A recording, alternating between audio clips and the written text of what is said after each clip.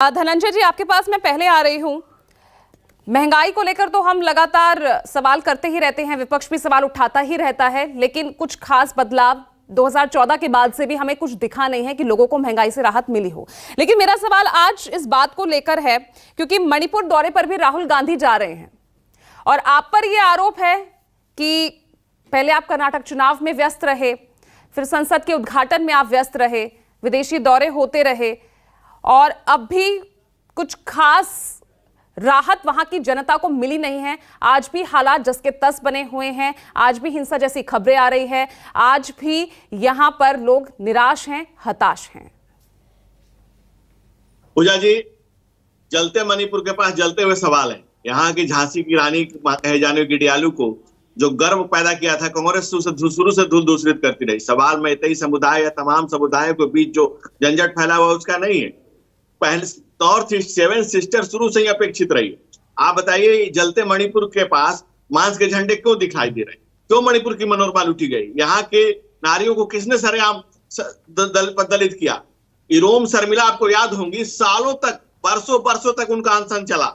क्यों करना पड़ा? मणिपुर को ये सब क्यों झेलना पड़ा? इरोम शर्मिला का अनशन आपको याद होगा, बरसों तक वो दिल्ली में बैठी रही जंतर मंतर पर, कभी ध्यान नहीं दिया गया।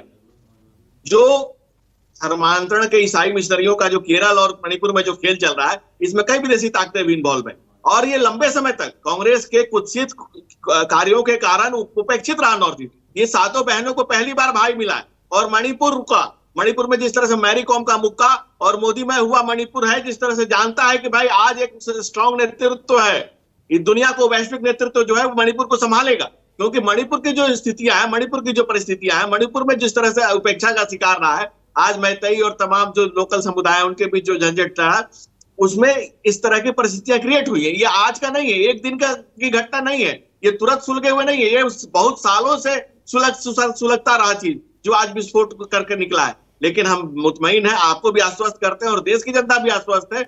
मणिपुर, सवाल मणिपुर का है, मणिपुर राष्ट्र के साथ जुड़ा रहा है।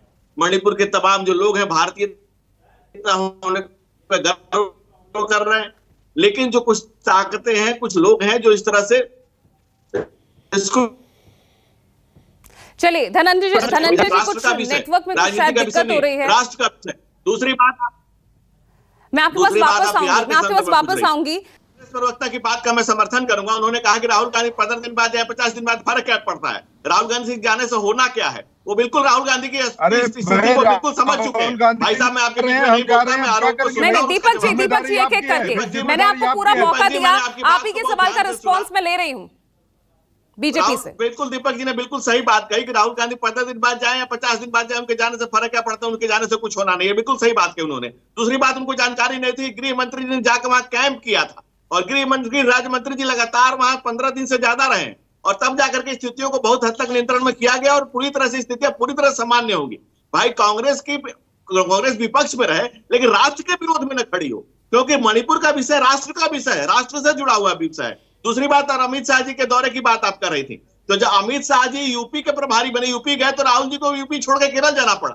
अमित शाह जी जब बिहार में हवा से गिरते हुए पुल को और पानी में बहते हुए विकास को देखने के लिए जब बिहार जा रहे हैं, तो राहुल जी वहां से चल के मणिपुर चले गए। राहुल जी का ये पॉलिटिकल टूरिज्म है, इसके अलावा ये कुछ भी नहीं है। जो उन्होंने अमेरिका में किया वो मणिपुर में कर रहे हैं। राष्ट्र की अस्मिता के साथ खेलना और पॉलिटिकल टूरिज्म करना, ये उनका स्वाभाविक चरित्र बना हुआ है। अमित शाह जी के दौरे से वहां मणिपुर में शांति आई और लगातार उन्होंने कंट्रोल किया बैठ करके। उसके बाद गृह राज्य मंत्री जी ने लंबी यात्रा की वहां, और आज जो बिहार के दौरे पर गए हैं, बिहार में वो जो पुलों पर लिखे गए थे कि बिहार में बाहर है नीतीश कुमार है, वो पुल बह गए हवा में।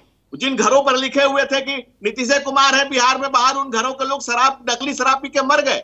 वो जिन रास्तों पर लिखे हुए थे कि बिहार में बाहर नीतीश कुमार में 30-30 किलोमीटर अपराधियों ने गोली चलाई। तो बिहार के चरने को, देश के जर्रे को, चप्पे को आदरणीय गृह मंत्री जी देख रहे हैं, समझ रहे हैं और उसकी स्थितियों का मुआयना कर रहे हैं। और भारतीय जनता पार्टी एक रिस्पॉन्सिबल दल है जो राष्ट्र का हरनी सेवा में है।